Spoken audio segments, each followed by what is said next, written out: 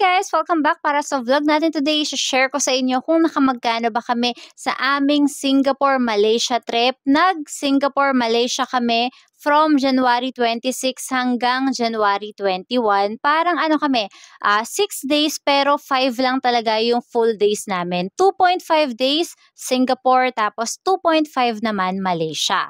Dalawa kami ni Bri at all in for 2 kami ay naka 88,464.99. Malaki to guys dahil kung napanood nyo yung videos namin, marami kaming biniling mga pasalubong. Kung walang pasalubong, kaya to ng 50 to 60k. Hindi na kayo magtitipid doon ha. Saan ba napunta yung 88,464.99? Isa-isahin natin yan. Unahin na natin yung aming airfare. Cebu Pacific po kami nag-book papunta, 'di ba, Singapore. Tapos yung pabalik na ng Manila, galing na kami noon ng Malaysia. Bale Manila to Singapore tapos Malaysia to Manila. Ang total airfare po namin ay 21,986.30 kasama na po dito yung seats namin pati na rin yung baggage. After ng airfare, ang sunod na binook namin ay mga hotel. Hotel sa Singapore pati Malaysia. Hotel sa Singapore, ang pinakamura naming nakita noon ay Dash Living on Mackenzie kung saan kami nagstay sa Little India yon. Ang binayaran po namin ay 7,650.54 for 3 days and 2 nights na siya.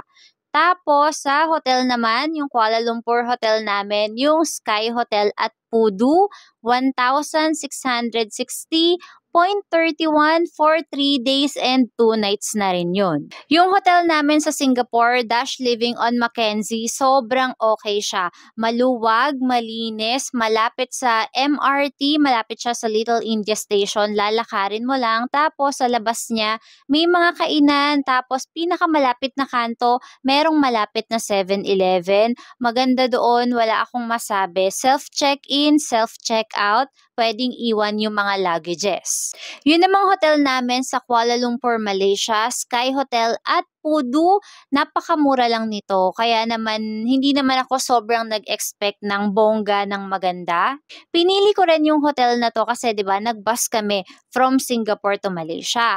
Ang babaan na pinili ko ay doon sa Berjaya Times Square. From Berjaya Times Square, nasa likod lang tong hotel na to, lalakarin mo lang talaga siya. Location-wise, okay na okay siya. Pero unahan ko na kayo mga sis, kung maselan kayo, wag po yun ang i-book nyo. Bakit? Kasi hallway niya amoy usok. Pagpasok mo sa loob ng room, may amoy siya na hindi naman sobrang baho, parang basta may amoy siya na hindi mabango.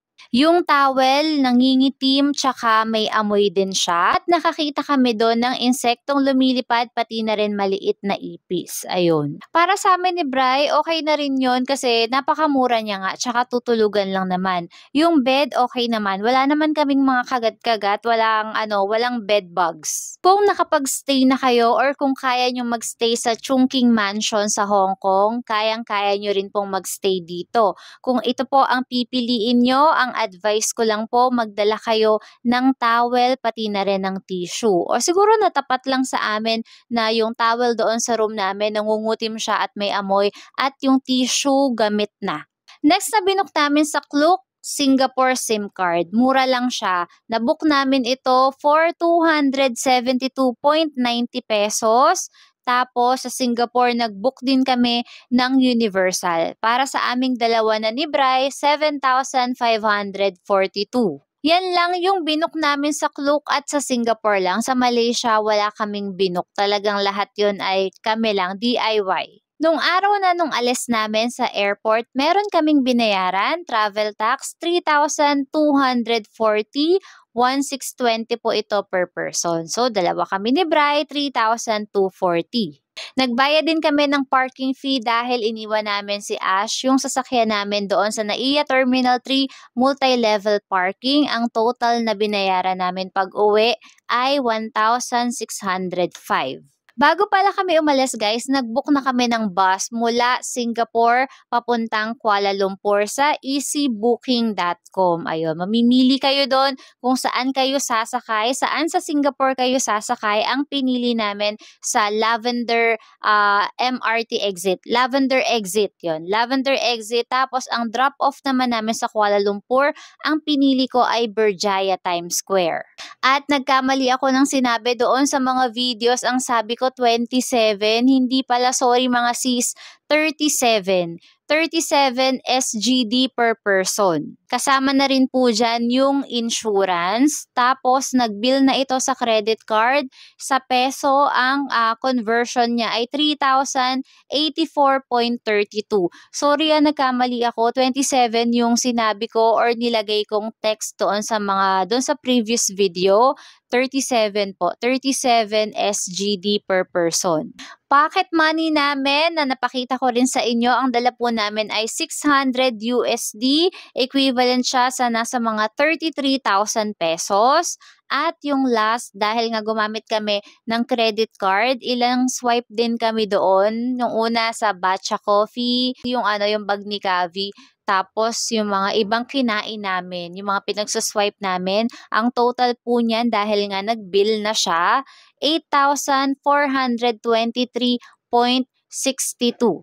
Ayun lahat yung napuntahan ng aming 88,464.99. Kung napanood niyo po yung vlogs, makikita niyo naman doon na hindi kami talaga nagtipid sa pagkain, kung ano yung gusto naming itry, sinusubukan talaga namin, binibili namin yung pasalubong. Malaking cut talaga yon doon sa aming pocket money. Guys, sa Malaysia pala, hindi kami nag-book sa Klook ng SIM card. Bumili kami mismo sa 7-Eleven. Nasa vlog yon kung magkano siya.